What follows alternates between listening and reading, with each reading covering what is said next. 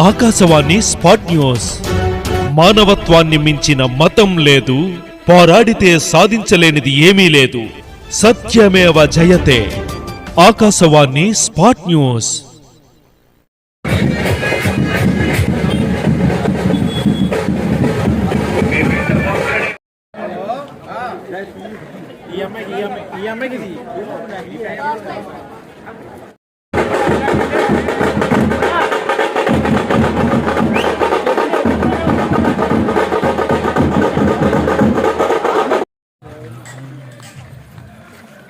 రే తమ్ముడే రే సార్ చనిపోయి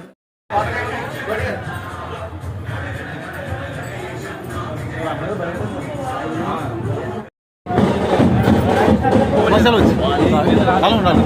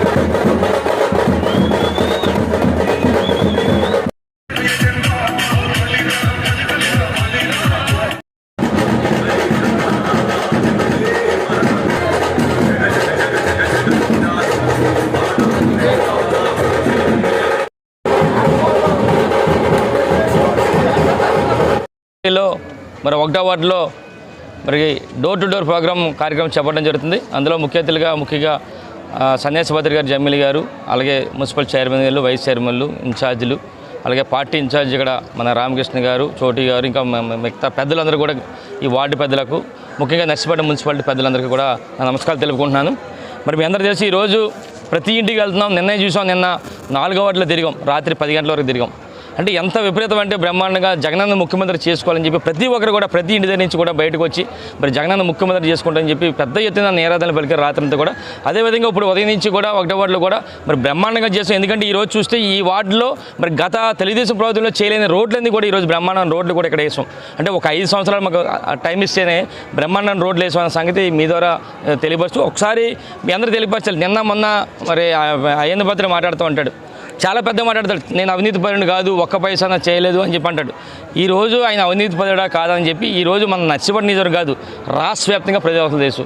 కొన్ని వందల కోట్ల రూపాయలు తెలుగుదేశం పార్టీ హయాంలో మరి తెలుగుదేశం ప్రభుత్వంలో మంత్రిగా చేసి కొన్ని వందల కోట్ల రూపాయలు, ఒక 200 ఎకరాల రిసార్ట్స్ కానీ, 100 ఎకరాల బినామీలు కానీ, కొన్ని పెద్ద పెద్ద బిల్డింగ్స్ కానీ, ఇలాగా ఎన్నో వందల కోట్ల రూపాయలు మరి ఆస్తిపరుడు. ఈరోజు నిన్న కూడా చెప్పాను నేను, 1994లో అందరూ డబ్బులు కూడి ఒక జీప్ ఇస్తే ఈరోజు ప్రతి ఇంటికి కూడా జీప్ ఇచ్చే పరిస్థితి అయిన పద్ధతికి వచ్చిందని చెప్పి నిన్న కూడా చెప్పడం జరిగింది. మరి నేను ఒకటి చెప్పాలి, ఇందులో మెయిన్ ముఖ్యంగా ఒక స్కామ్ కూడా ఉంది.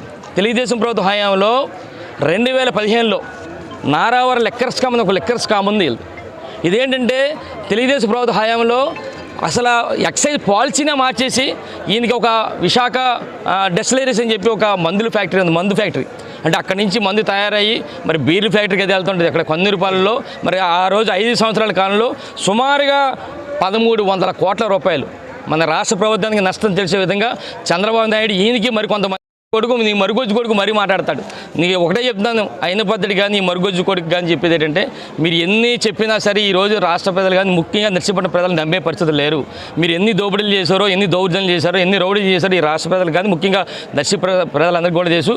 మీరు ఎన్ని పొర్లి దండాలు పెట్టినా సరే అలా దండాలు పెట్టుకుంటూ అల్లిపోడిపోవాలి తప్ప ఇక్కడ నర్సీపట్నం ప్రజలు మరి రేపు బట్టలు తీసి కొట్టే పరిస్థితి మీ ఇద్దరికి కూడా అక్కడ అయిన పద్ధతి కానీ వాళ్ళ కొడుకు మరుగుజ్జు పద్ధతి కూడా వస్తుందని చెప్పి సందర్భం తెలియపరుస్తూ ఈరోజు ఎట్టి మరి వైఎస్ఆర్ కాంగ్రెస్ పార్టీ జెండా దగ్గర సిద్ధంగా ఉన్నారని చెప్పి మీ ద్వారా తెలియపరుస్తూ నమస్కారాలు తెలుపుకుంటున్నాను. జై జగన్.